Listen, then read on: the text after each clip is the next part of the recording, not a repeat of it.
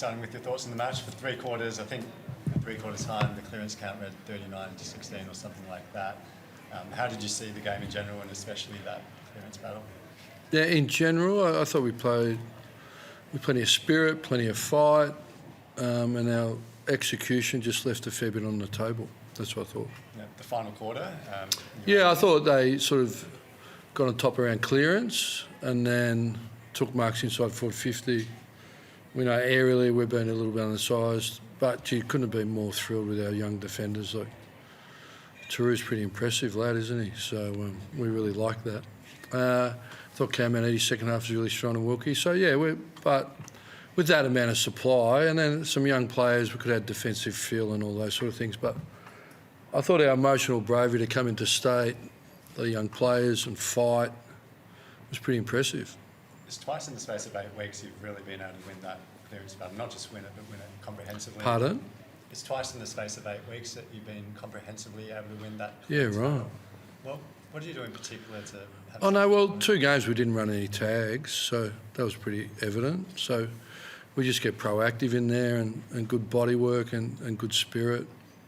So clearly Robert Harvey and his mids have good method and they understand them pretty well. So, yeah, but, I mean, they're absolute quality, those young players. Hit the post truckload of times. Oh, did we? How many? Yeah, no, well, I know there's at least 3, I reckon. Yeah, I don't know. And so did they, but you just really think it bang for buck? They got wide posts here, have they? Possibly. Did you feel this weekend? They got a lot going on here. Bang for buck from that clearance dominance? Oh, look, I think it ended up okay. They only scored from clearance in the last quarter, a lot of points, but it gave them field position. It was a bit of execution. I thought we started hot and just missed real opportunities. I feel like we left a lot on the table when we had ascendancy, but, I mean, that's nothing new, but we're just going to build out decision-making quality and train up. And you got up by 14 in the last quarter.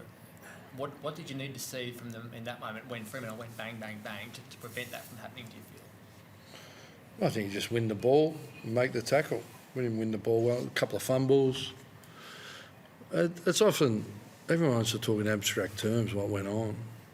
It's about the basics. Make the tackle, don't fumble, hit your target. That's what happens a bit. The lockdown jobs on Sarong and Brayshaw? There weren't any. Well, in terms of how you handled them? Well, there weren't any lockdowns. Well, even just Jack Steele just went and played and McRae went and played and Windhager played on the wing. There wasn't one lockdown. The one that got tightest attention was Bolton when he went forward with Stocker. So, yeah, no lockdowns. We didn't even lock down the last quarter. Did you think there was lockdown? Well, not so much a lockdown, but just opponents playing on... Oh, competing? So, yeah. Okay. Yeah, no, we competed pretty well. You have lockdown in other games, though, and you didn't, as I say, Windhager doesn't go in this time. Garcia, you've gone to both times against Fremantle to do big jobs. So what is it about that combination? Well, he didn't do a job, he just played. It's in the be in the centre square, which is a big job, I would say, compared to... He's a second year AFL mid. We drafted him to mid. We developed. It was like when Brayshaw came in and played him his first 44 games straight, didn't we? That's what we're doing. And then you get reward for that, right? What made you confident that they could play without a lockdown against... They did it last time. Windhager played on the wing last time. Garcia played, McRae played and Steele played. I don't know, maybe it's just... Sometimes you match up with pretty well and Rowe... maybe it's just the circadian rhythm of Saints versus Dockers. They just... I don't know. I can't... Well, I can explain it a little bit, but, yeah, I think that's a simple explanation. They go and compete pretty well. Yeah, I guess what we're trying to ask is so rare for Sarong and Brayshaw to not have big numbers when they're not being tagged. So what do you do so well? I got no idea. I'll have to maybe put some juju on them. I don't know. Bad juju. So you mentioned Taru before, like, just fantastic what he's done. Like, who? Taru? Yeah, it's only... What's his second game, is it? Yeah. What do you think? His ability to know when to spoil and when to mark and when, like, his decision making under pressure was really impressive about making the right call. What is it about the way he plays that has been able to allow him to set? Well, we had a lot. I'm loath to. He's a second game player, right? But he was a pick 8 compensation. Pick was Travaglia. So look, I think everyone Australia wide knew But we saw him as a 10-year player, we're hopeful, and Travaglia, so generational player, hopefully. Still a lot of work to go, but his athleticism and competitiveness is elite. So there's some really good signs. I think there's a little bit, he had a massive third quarter, he had a pars defect, so he didn't do any pre-season. So Keegan, our rehabber, just 1-to-1 and rehabbed him for months and months and months. So I think he's played 3 or 4 VFL games because he got that 4-week suspension. So he's coming off a short runway. So, but I think if you're looking for things to celebrate, little micro goals, and you're a Saints supporter, you look at him and you look at Gus, there's a bit to like. And personally for you, what was it like coming back here in front of Dockers supporters? Not something I thought of, to be honest. Like, I don't know, the hurly-burly of AFL football, like, I was a Saint first, right? So it does feel like home.